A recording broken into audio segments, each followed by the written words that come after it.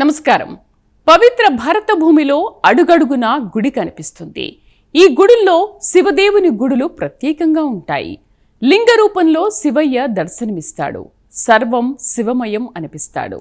ఇక శైవ క్షేత్రాలను మననం చేసుకుంటే ద్వాదశ జ్యోతిర్లింగ క్షేత్రాలు, అష్టాదశ శక్తిపీఠాలు, త్రిలింగ క్షేత్రాలు, ఇలా ఎన్నో ప్రధాన శైవ క్షేత్రాలు కనిపిస్తాయి.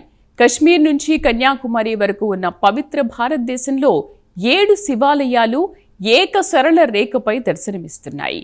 ఒకే రేఖాంశం మీద ఉత్తరాఖండ్ కేదార్నాథ్ నుంచి తమిళనాడు రామేశ్వరం వరకు 7 శివాలయాలు ఏక సరళ రేఖపై ఉన్నాయి. తెలుగు రాష్ట్రాల్లోని త్రిలింగ క్షేత్రాలు కలియుగ కైలాసంగా, దక్షిణ కాశీగా కీర్తింపబడుతున్నాయి. త్రిలింగ పుణ్యక్షేత్రాల వైభవాన్ని ఇప్పుడు తిలకిద్దాం.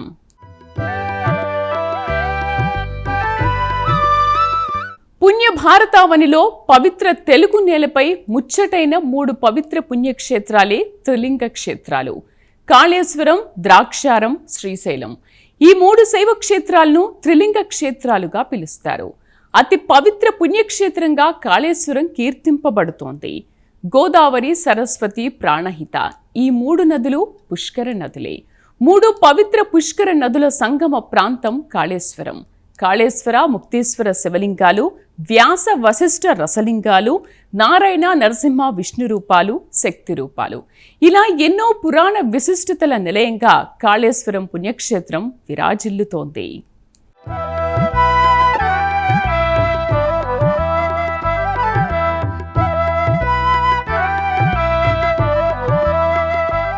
హరి అలంకార ప్రియుడు, హరుడు అభిషేక ప్రియుడు. శిరస్సున గంగా, ఒక వంక నెలవంక, భూషణంగా భుజంగాలు, ఆభరణంగా పచ్చితోలు. ఎంత నిరాడంబరుడు ఆదిదేవుడు! ఇదే భావన ఎవ్వరికైనా కలుగుతుంది. భక్త సులభుడు, భోలాశంకరుడైన లోకేశ్వరుడు సర్వ జగత్ రక్షకుడు, భక్తజన వరదుడు. ఊరు ఉంది అంటే ఆలయం ఉంది అని అర్థం. ఈ ఆలయాల్లో ప్రశాంత నిలయాల్లాంటి శివాలయాలు భక్తజనుల పాలిట వరప్రసాదాలు.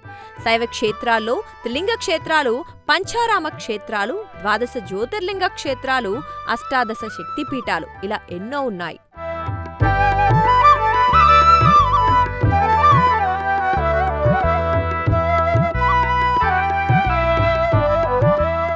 త్రిలింగ క్షేత్రాల్లో కాళేశ్వరం పుణ్యక్షేత్రం ఎన్నో విశిష్టతల క్షేత్రంగా, అత్యంత పవిత్ర క్షేత్రంగా పేరు పొందింది.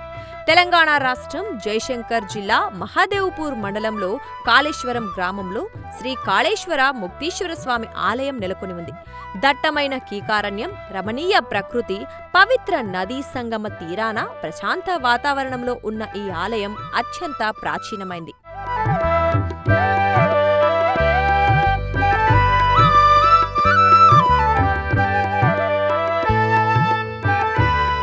గోదావరి, సరస్వతి, ప్రాణహిత, ఈ నదులు 3 పుష్కర నదులే.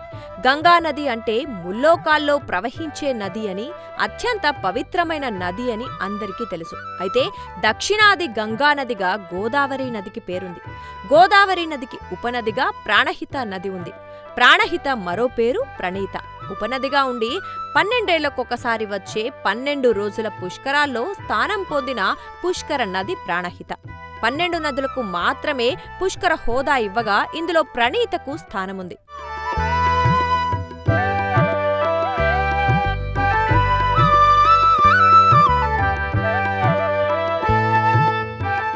గోదావరి, సరస్వతి, ప్రాణహిత, ఈ 3 నదుల సంగమ ప్రాంతం కాళేశ్వరం. ఇక్కడ గోదావరి, ప్రాణహిత నదులతో పాటు అంతర్వాహినిగా సరస్వతీ నది ప్రవహించటం వల్ల త్రివేణి సంగమ తీరమైన దక్షిణ కాశీగా ప్రసిద్ధి చెంది తెలంగాణ, ఆంధ్రప్రదేశ్, మహారాష్ట్ర, ఛత్తీస్గఢ్ రాష్ట్రాల నుంచి ఇక్కడికి భక్తులు తరలివస్తారు. ఇటీవల సంపూర్ణమైన సరస్వతీ నది పుష్కరాలకు లక్షల సంఖ్యలో భక్తులు హాజరయ్యారు. ఇక 2027లో గోదావరి నది పుష్కరాలు రానున్నాయి. ఈ పుష్కర వేడుకలను అట్టహాసంగా చేయటానికి సర్కారు ఇప్పటినుంచే సమాయత్తమవుతున్నట్లు తెలుస్తోంది.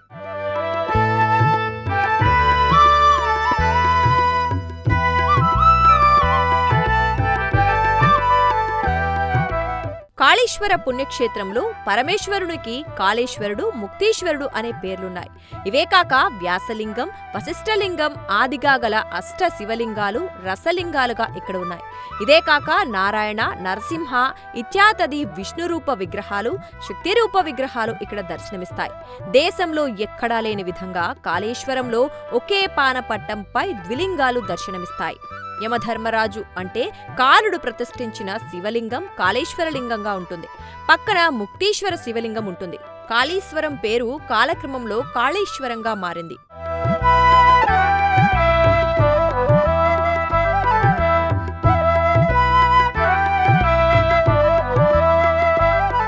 పన్నెండేళ్లకోసారి పుణ్యనదికి పుష్కరాలు వస్తాయి. అయితే కాళేశ్వరంలో 3 పుష్కరాలు వస్తాయి. ఎందుకంటే ఇక్కడున్న త్రివేణి సంగమంలోని 3 నదులు గోదావరి, సరస్వతి, ప్రాణహిత 3 పుష్కర నదులే.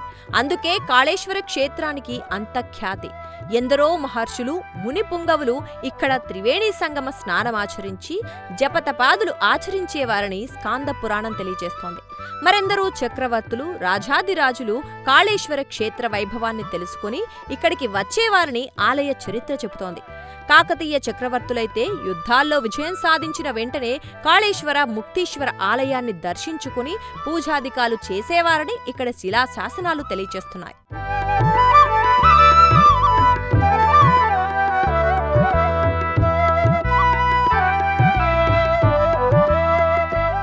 కాళేశ్వర క్షేత్రం పరమ పవిత్ర క్షేత్రం. ఈ ఆలయాన్ని దర్శించుకున్న భక్తులకు కైలాసేశ్వరుడు ముక్తీశ్వర స్వామిగా దర్శనమిచ్చి ముక్తి కలుగజేస్తున్నాడు. పుణ్యాత్ములే కాక పాపాలకు పాల్పడిన లోకులు సైతం ముక్తీశ్వర దర్శనంతో ముక్తి పొందుతున్నారు.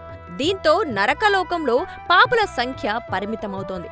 పాపపు కార్యాలకు తలపడినా అనాయాసంగా, సునాయాసంగా పుణ్యఫలాలు పొంది ముక్తి పొందేస్తుండడంతో సమవర్తి యమధర్మరాజు శివదేవుని భక్తితో ప్రార్థించి పుణ్యాత్ములకు మాత్రమే పుణ్యఫలాలు దక్కేలా చూడాలని, పాపులు శిక్షల నుంచి తప్పించుకోకుండా చూడాలని కోరతాడు. దీంతో ముక్తీశ్వర శివలింగం పక్కన మరో శివలింగాన్ని ఏర్పాటు చేయమని కాలుడికి శివుడు చెప్తాడు.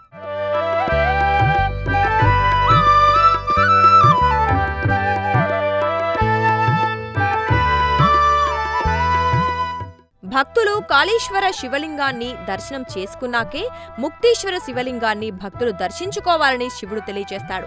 కాలుడు ప్రతిష్ఠించిన కాళేశ్వర లింగాన్ని దర్శనం చేసుకోకుండా ముక్తీశ్వర శివలింగాన్ని దర్శించుకుంటే ఏ ప్రయోజనం ఉండదని, వారు పుణ్యఫలాలకు అర్హులు కారని చెబుతాడు. పుణ్యాత్ములు తొలుత యమ ప్రతిష్ఠిత శివలింగాన్ని దర్శనం చేసుకుని అనంతరం ముక్తీశ్వర శివలింగాన్ని దర్శించుకుంటారు. పాపాత్ములు యమధర్మరాజు ప్రతిష్ఠించిన శివలింగాన్ని తిలకించే ధైర్యం లేక ముక్తీశ్వర లింగాన్ని మాత్రమే దర్శనం చేసుకుంటారు. శివాజ్ఞ ప్రకారం ఆ పాపులను యముడు శిక్షిస్తాడు.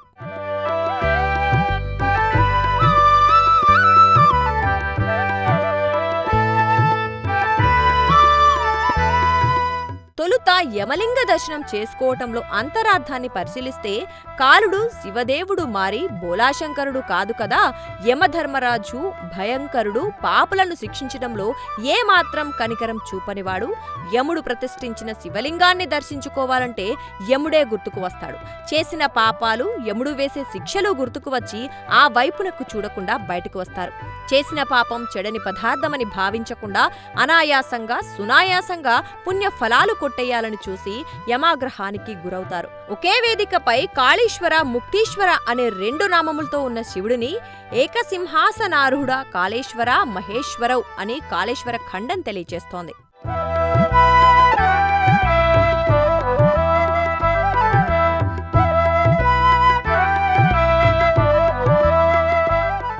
ద్రాక్షారం సర్వపుణ్యఫలాల నిలయంగా ద్రాక్షారానికి పేరుంది. ద్రాక్షారామంగా పిలిచే ఈ క్షేత్రంలో శివలింగం సుమారు 9 అడుగులుంటుంది. ఈ ఆలయం 7-8 శతాబ్దాల మధ్య నిర్మితమైంది.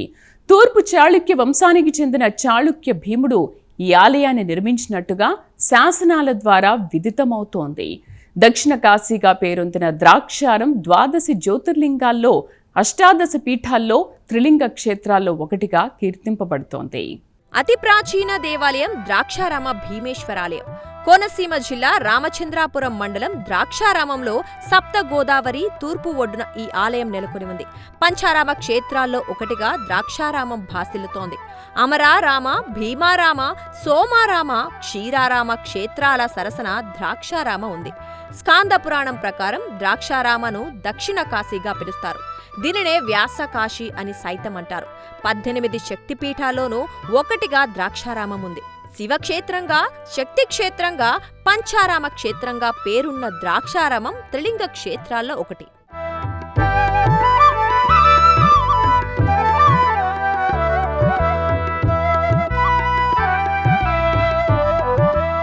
తారకాసుర వధ సమయంలో తారకాసురుని కంఠంలో ఉన్న శివలింగం 5 ముక్కలుగా విరిగిపోయింది.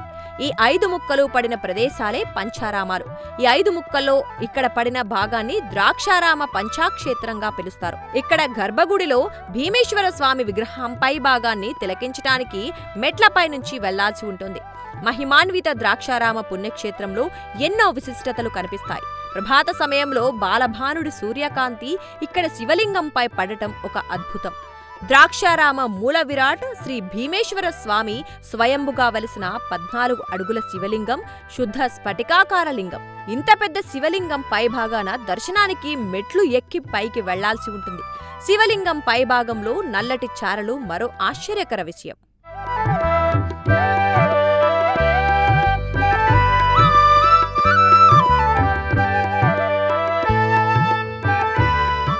ద్వాదశి జ్యోతిర్లింగాలు 12, పవిత్ర పుష్కరాలు 12 రోజులు. అమ్మవారి అష్టాదశ శక్తిపీఠాల్లో ద్రాక్షారామ మాణిక్యాంబ అమ్మవారి శక్తిపీఠం 12వ శక్తిపీఠంగా కీర్తి గడించింది.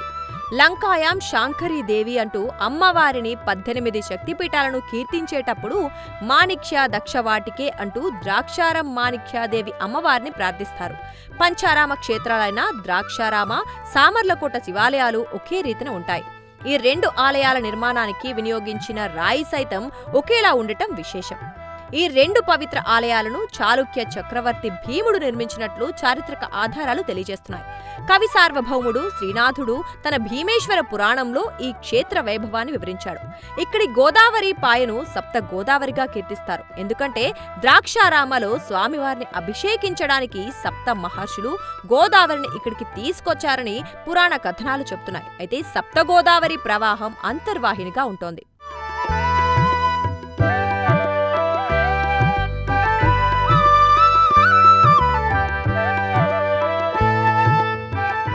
ద్రాక్షారామ భీమేశ్వర ఆలయ సమీపంలోని 8 దిక్కులలో 8 శివలింగాలను చంద్రుడు ప్రతిష్ఠించినట్లు ఆలయ స్థల పురాణం తెలియజేస్తోంది. ఈ అష్టలింగాల క్షేత్రాలను అష్ట సోమేశ్వరాలుగా కీర్తిస్తారు. ద్రాక్షారామకు తూర్పున కోలంక, పడమర వెంటూరు, ఉత్తరాన వెల్ల, దక్షిణాన కోటిపల్లి సోమేశ్వర ఆలయాలున్నాయి. నైరుతిలో కోరుమిల్లి, వాయువ్యంలో సోమేశ్వరం, ఈశాన్యంలో పెనుమళ్లతో పాటు ఆగ్నేయంలో ఉన్న మరో గ్రామంలో ఈ అష్ట సోమేశ్వర దేవాలయాలు ఉన్నాయి.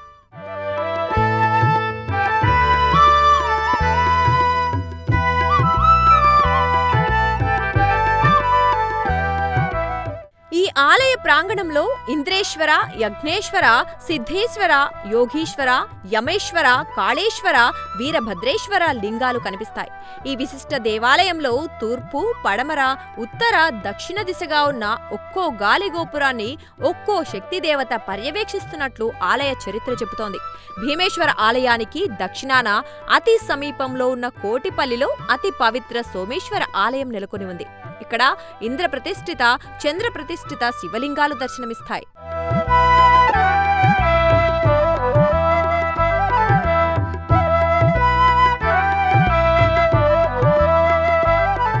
ఈ పరమ పవిత్ర పుణ్యక్షేత్రం అసలు పేరు కోటిఫలి. కోటిఫలి అంటే కోటి ఫలితాలు ఇచ్చే దివ్య క్షేత్రం అని అర్థం.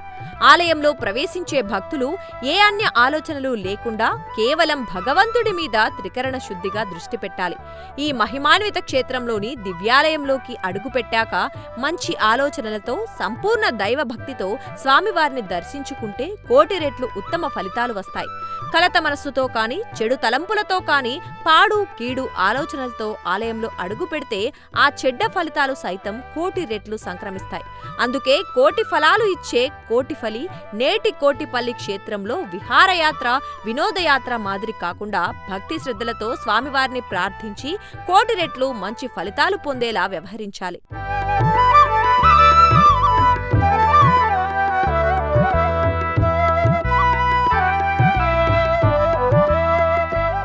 శ్రీశైలం ఈ పేరు వింటేనే సర్వపాపాలు పటాపంచలవుతాయని పెద్దలు చెబుతారు. మహిమాన్విత పుణ్యక్షేత్రం శ్రీశైలంలో దేవదేవుని దర్శన మాత్రం చేత పుణ్యఫలాలు లభిస్తాయని పురాణ పెద్దలు చెబుతారు. కేదారేశ్వర పుణ్యక్షేత్రంలో ఉదకం తాగినా, కాశీక్షేత్రంలో తనువు చాలించినా, శ్రీశైలం పుణ్యక్షేత్రంలో శిఖర దర్శనం చేసుకున్నా ముక్తి లభిస్తుందని, పునర్జన్మ ఉండదని శివపురాణం తెలియజేస్తోంది. త్రిలింగ క్షేత్రాల్లో, అష్టాదశ పీఠాల్లో, జ్యోతిర్లింగ క్షేత్రాల్లో శ్రీశైలానికి ప్రత్యేక స్థానం ఉంది. పుణ్యక్షేత్రాల నిలయంగా భాసిల్లుతోన్న ఉమ్మడి కర్నూలు జిల్లాలో శ్రీశైలం పుణ్యక్షేత్రం నెలకొని ఉంది. అయితే జిల్లాల విభజనలో నంద్యాల జిల్లాకు పలు పుణ్యక్షేత్రాలు చేరాయి. నల్లమల అడవుల గిరుల నడుమ ఉన్న శ్రీశైలం అతి పురాతన, అతి పవిత్ర పుణ్యక్షేత్రం. కాళేశ్వరం, ద్రాక్షారామ, శ్రీశైలం ఈ మూడింటిని త్రిలింగ క్షేత్రాలుగా కీర్తిస్తారు. శ్రీశైలం పుణ్యక్షేత్రం ద్వాదశి జ్యోతిర్లింగ క్షేత్రాల్లో రెండోదిగా, అమ్మవారి అష్టాదశ పీఠాల్లో 6వ శక్తిపీఠంగా కీర్తింపబడుతోంది.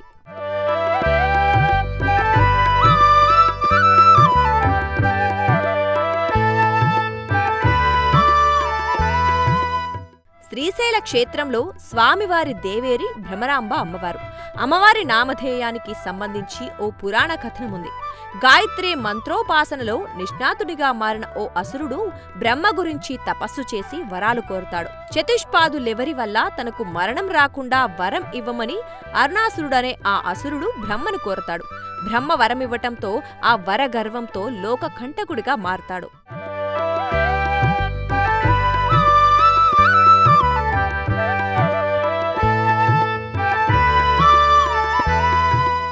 అమ్మవారి భక్తుడైన అసురుడు గాయత్రీ మంత్రంలో నిష్ణాగరిష్ఠుడు కావటం, బ్రహ్మవరాలతో మరింతి బలిష్ఠుడు కావటంతో ఎవ్వరూ ఏమీ చేయలేకపోతారు. దేవతలు ఆదిశక్తిని ప్రార్థించి తమకు మార్గం చూపమని వేడుకుంటారు. గాయత్రీ మంత్రోపాసనలో ఉన్నంతవరకు ఆ అసురుణ్ణి ఎవరూ ఏమీ చేయలేరని ఆదిశక్తి చెబుతోంది. అయితే గాయత్రీ మంత్రదీక్షను విరమించి అసుర ప్రవృత్తి సాగిస్తూ ఉంటే దండనార్హుడు అవుతాడని అమ్మవారు చెబుతారు. దీంతో దేవగురువు బృహస్పతి ఈ కార్యభారాన్ని తనపై వేసుకుంటాడు.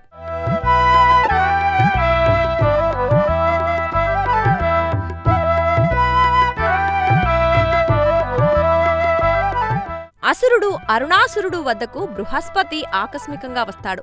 దేవగురువు ఏమిటి, తన సన్నిధికి రావడమేమిటని ఆ అసురుడు ఆశ్చర్యానికి గురైనా అతిథిగా వచ్చినందుకు ఆదరిస్తాడు. అయితే ఆయన రాకకు కారణం ఏమిటని అడుగుతాడు. గాయత్రీమాతను తాను ఆరాధిస్తానని, గాయత్రి ఆరాధకులు అంటే తనకు అపార గౌరవమని, ఈ కారణంగానే తాను వచ్చానని దేవగురువు చెప్తాడు. అయితే అసూయ, ద్వేషం, అహంభావం ఆదిగా గల దుర్గుణాలున్న పుష్కలంగా ఉన్న అరుణాసురుడు దేవతలను ఆరాధించే గాయత్రిని తాను పూజించటం ఏమిటి అని తనలో తాను ప్రశ్నించుకుంటాడు. అహంభావంతో ఆ మరుక్షణం నుంచి గాయత్రి ఉపాసనను నిలుపుచేస్తాడు.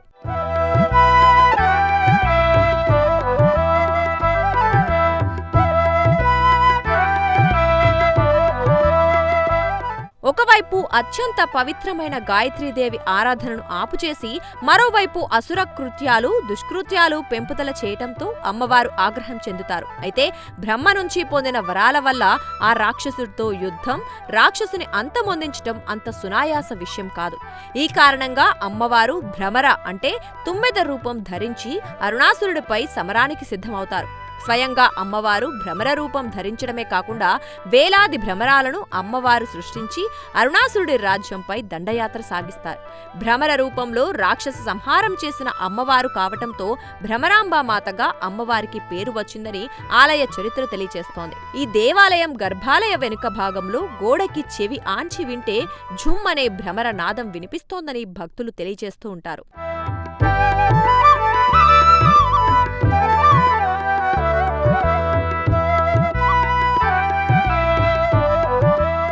శ్రీ అంటే సంపద, శైలం అంటే పర్వతం. శ్రీశైలం అంటే సంపద పర్వతమని, సంపదగిరిలోని స్వామివారిని దర్శించుకొని త్రికరణ శుద్ధిగా స్వామివారిని అమ్మవారిని ఆరాధిస్తే సిరి సంపదలు పొంగి పొర్లుతాయని, ఇహపర సౌఖ్యాలు సిద్ధిస్తాయని పురాణ ప్రవచనకారులు తెలియజేస్తున్నారు. శిల్పకళా శోభితంగా దర్శనమిచ్చే శ్రీశైల భ్రమరాంబ సమేత మల్లికార్జున స్వామి ఆలయంలో పరమేశ్వరుని మల్లికార్జున స్వామిగా, పార్వతీ అమ్మవారిని భ్రమరాంబామాతగా భక్తులు కొలుస్తారు. ఈ పుణ్యక్షేత్రంలో చూడదగ్గ ప్రదేశాలు, భక్తిపూర్వక ఆరాధనా ప్రదేశాలు ఎన్నో ఉన్నాయి. పాతాళ గణపతి, మనోహరగుండం, నాగప్రతిమలు, పంచమఠాల ప్రాంతం, రుద్రాక్ష మఠ మండపాలు ఇలా ఎన్నింటినో తిలకించి భక్తులు తమ తీర్థయాత్రను విజయవంతం చేసుకుంటారు.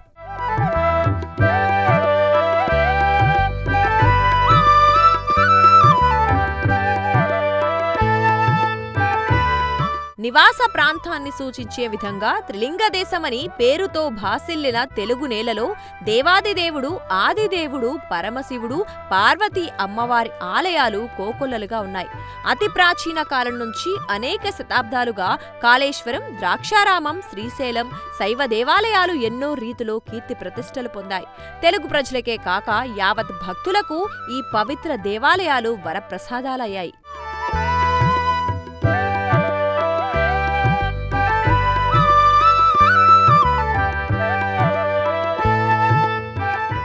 లోక కళ్యాణం కోసం హాలాహలాన్ని కంఠంలో ఉంచుకున్న గరళకంఠుడు భక్తజనుల పాలిట సరళ హృదయుడు. పచ్చితోలు కట్టుకుని పాముల మెడలో వేసుకుని అలంకారాలకు ఆమడ దూరంలో అభిషేకాలకు అతి చేరువలో ఉండే శివుడు ఆదిదేవుడు, భక్తజన వరదుడు, ఉబ్బు శంకరుడు.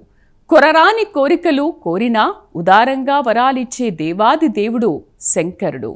ప్రశాంతతకు నిలయాలుగా పరమేశ్వరుని శివలింగ క్షేత్రాలు కనిపిస్తాయి. ఇందులో త్రిలింగ క్షేత్రాలుగా బాసిల్లుతున్న కాళేశ్వరం, ద్రాక్షారం, శ్రీశైలం దక్షిణ కాశీగా కీర్తి ప్రతిష్టలు సంతరించుకున్నాయి. కైలాసాన్ని తలుపునకు రప్పించే ఈ 3 దివ్యక్షేత్రాలంటే భక్తులకు అందుకే పంచప్రాణాలు.